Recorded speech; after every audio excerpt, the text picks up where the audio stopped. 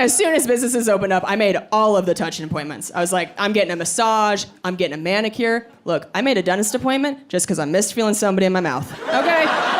Don't you judge me. It was hard. My dentist is this like 65-year-old Armenian man. I was like, floss it up, daddy. Use your toys.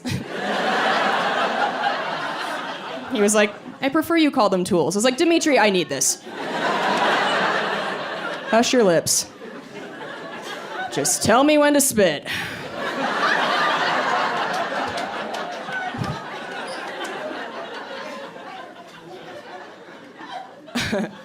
One of the appointments I had made was for a bikini wax. And I had been going to salons before COVID to get bikini waxes. I had tried doing some of those like at-home kits, and I just learned that there are some parts of my nethers that I do not have the strength of spirit to wax myself. Listen to me, if you can wax your own lips, you're a psychopath. That is some Steve-O jackass level masochism. I want no part of it. So I'd been going to the salons, and then the salons closed for 6 months, and things got scary. There's so many beautiful women here tonight. I feel like a lot of women started 2020 with like a landing strip, and by July it was just a full airport. You can land anywhere. There's a Cinnabon and a Panda Express. There's a shuttle that takes you to a rental car lot. I mean, employees, W-9s, it's a lot going on. So finally, the salons opened back up, and I immediately made an appointment. And I remembered there's that rule that the hair has to be at least 1/4 inch long in order for the wax to be able to pick it up. Oh my God. And do we need a medic? Are you okay? Are you too much for you? She's like, it's a 7:30 show. I didn't know what this was.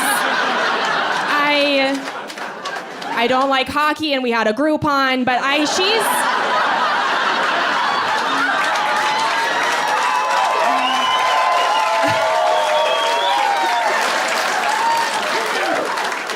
like, this is not the Christian way.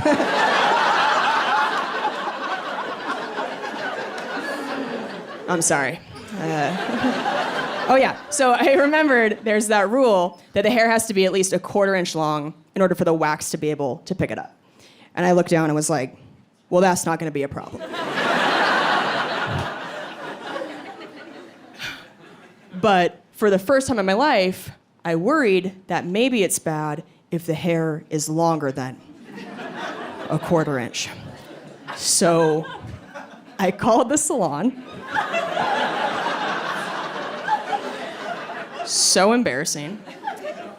I was like, hey, I have an appointment today. It's been a rough quarantine. Is there like a maximum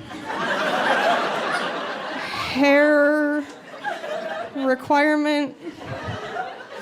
And this poor girl just goes, I mean, how long are we talking?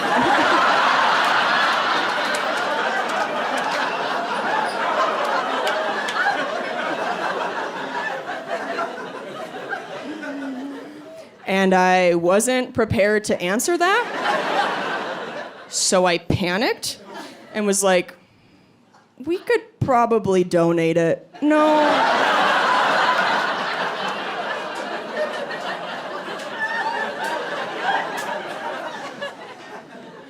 Like, I don't know if Locks of Love specifies which type of hair they accept, but maybe somebody needs fake eyelashes. I don't know. We don't know where that hair comes from. I'll just throwing them on and praying, but it could be pubes. I don't know. Basically, I feel like a lot of us were walking around kind of looking like the opposite of a porn star in 2020, right? Which is totally fine. My friend Jay actually told me that my celebrity lookalike is this porn star named Jessie Rogers. So I Googled her, and the first picture that popped up was her doing hardcore anal. And got a little creeped out, realizing that my friend Jay saw that and thought,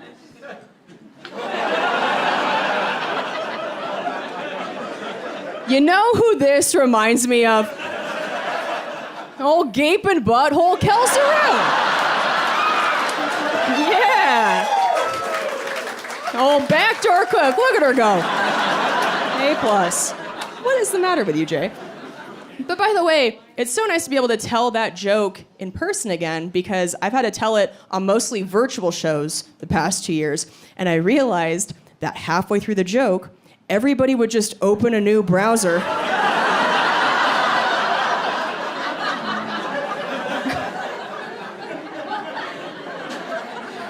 It would just get really quiet, and I'd be like, hello?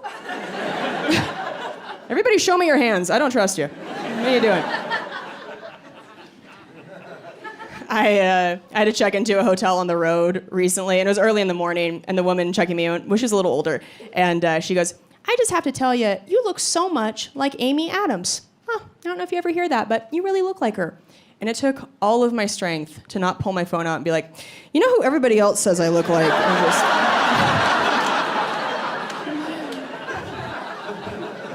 just really blast her with a bee-hole at 8 a.m. I couldn't do it.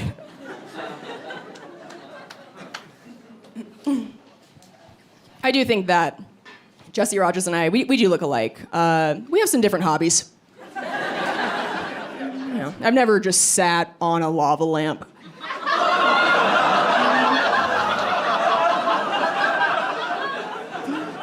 For example. Like, my ex-husband and I, we didn't even buy a sex toy until 7 years into the relationship. We had just been Flintstoning that shit. Just very little house on the prairie. Just churning butter, very innocent. We ended up buying one of those vibrating wand things, and I gotta be honest, never liked it. Way too intense for me. Even on the lowest setting, this thing is like for blasting rocks. I was like, is this what you women have been using this whole time? I barely touched it to my body. My feet lifted off the ground. I took flight. I was not turned on at all. I was terrified. I was like, did I just puree my clit? Oh my God. No. This thing is meant for industrial kitchens, okay? It's for liquefying raw vegetables. It's crazy. So I ended up asking some of my friends about it, and it turns out that they have this toy, and they use it on the highest setting in order to have an orgasm. I was like, how have you not completely erased your vagina? Just sanded it down to a smooth slab of granite.